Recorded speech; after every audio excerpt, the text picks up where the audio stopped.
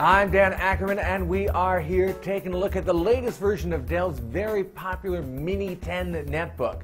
Now, since the last time we looked at a Mini 10, there have been a few changes both inside and outside. Inside on this new Mini 10, they've got the new Intel Atom N450 CPU that all the latest netbooks have, and a couple of changes to the outside as well. A few nice touches. There's a nice texture here on the wrist rest. The screen is actually inset a tiny bit from the back of the laptop, and that gives you some nice two-tone contrast there in the back, depending on what sort of a color you choose for the back of the lid there. And the rest of it is a fairly standard 10-inch netbook, the kind we've become very used to. This has got a 10:6 screen. There are some options for higher res screens. They're actually going to take a look at one of those models pretty soon. Otherwise, you've still got your 1 gig of RAM. This particular configuration has a 250 gig hard drive, but there are other options available. And it's got Windows 7 Starter, which is fine for netbook, but some people find it annoying that you can't change the desktop background and things like that.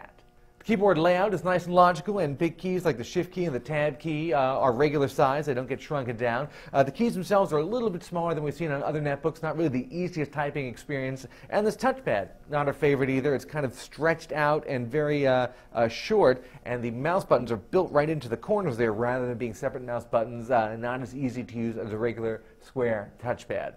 Now, in terms of performance, netbooks with the new Intel N450 are not really any faster than the previous generation of netbooks.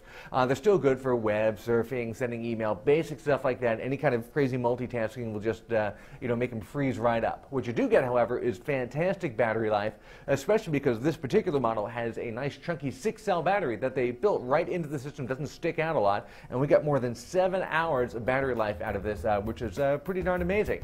I'm Dan Ackerman, and that's the new Dell Mini 10.